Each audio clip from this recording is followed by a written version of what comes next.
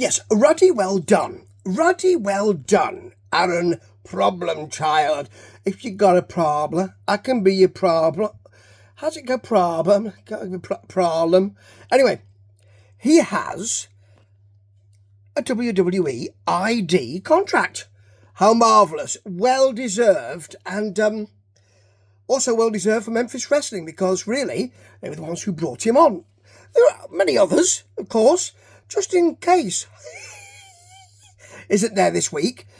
He will fight later on Zay Washington, which has, I mean, they used to be friends. They used to be tag team champs. I loved their team together. It lasts about 2 minutes. There's a problem bomb. There's a problem bomb. Do, problem bomb. And that's it. I expected that there might be a few others as well in Memphis Wrestling who would get a WWE ID contract.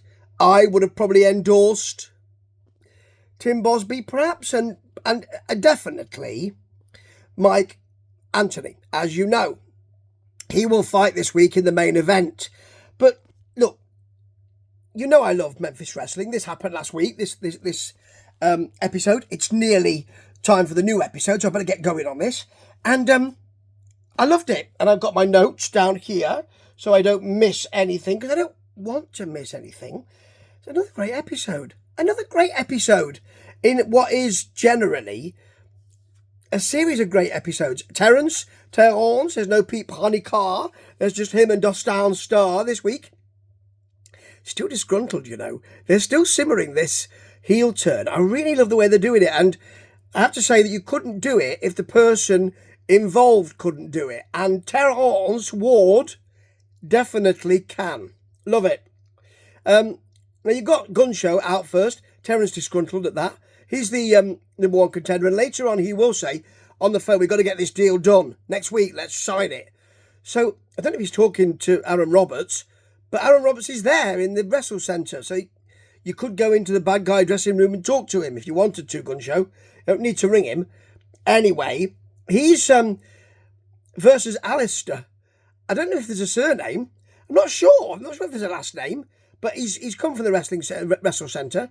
He tries to put Alistair. He can't put Alistair down at first. He's a big fella, Alistair, but then gets the spine buster. Sort of drops him a bit actually. Gun Show lariat. Crowd want another one. Usually there's two.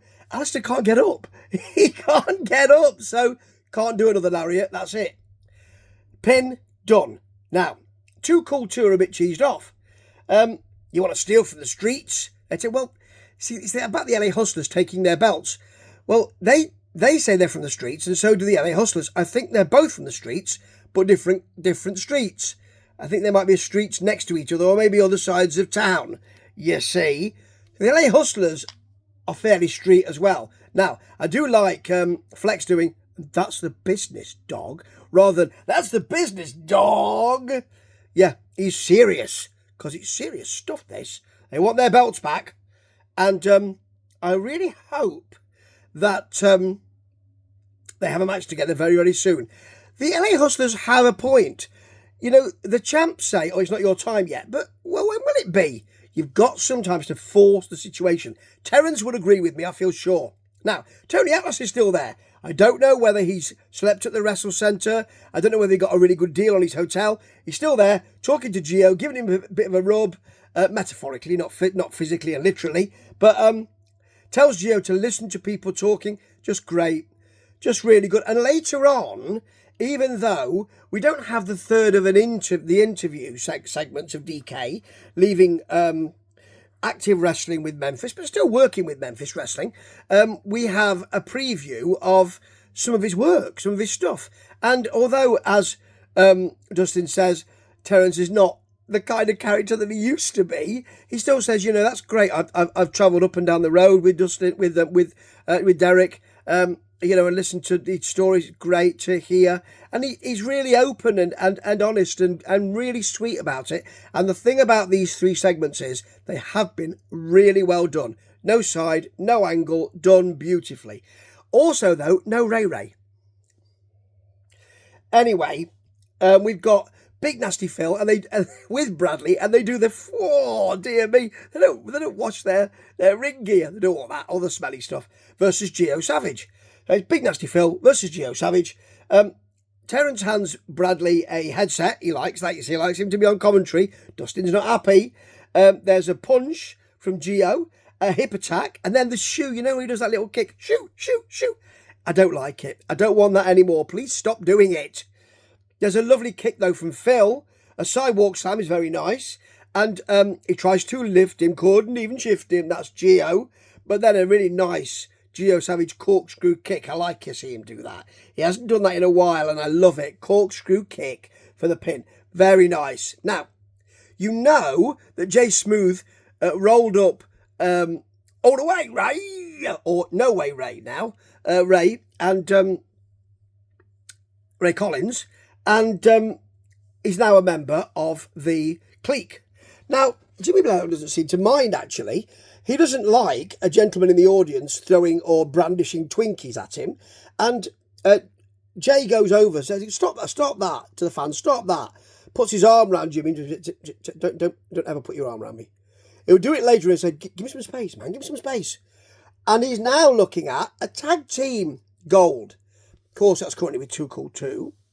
And it's going to be Collins, and it's going to be Jay Smooth versus the O'Neills. Right, so it's really the clique, I suppose. He got some nice shots from Collins. Jay Smooth is delighted by this, actually. Nice drop kick from all the way Ray. Then the kind of Garvin stomp that Smooth does. An elbow drop. But then Collins is a little bit laissez-faire. Misses a big elbow drop. And the O'Neill brothers hit the big rig for the pin. And although Jimmy wasn't like this, he wasn't really happy. And that's not a good start for his tag team of choice. Now, we've got Tim Bosby out, who is happy to be in the Memphis Spotlight. Says when you've got a great promotion like this, it spotlights you, and it does. And what he wants is, later on, they're going to be having the Stars of Tomorrow, people from the Wrestle Centre and that sort of thing. So Gresham will be there, Jonathan, and because he's involved in the Wrestle Centre and the Academy and all of that. And Tim Bosby wants to fight Gresham at the Stars of Tomorrow. And I presume that happened. That would be a great match. And delighted that, he's kind of extending his wrestling experience in this way. Right. After we have the... I changed focus there.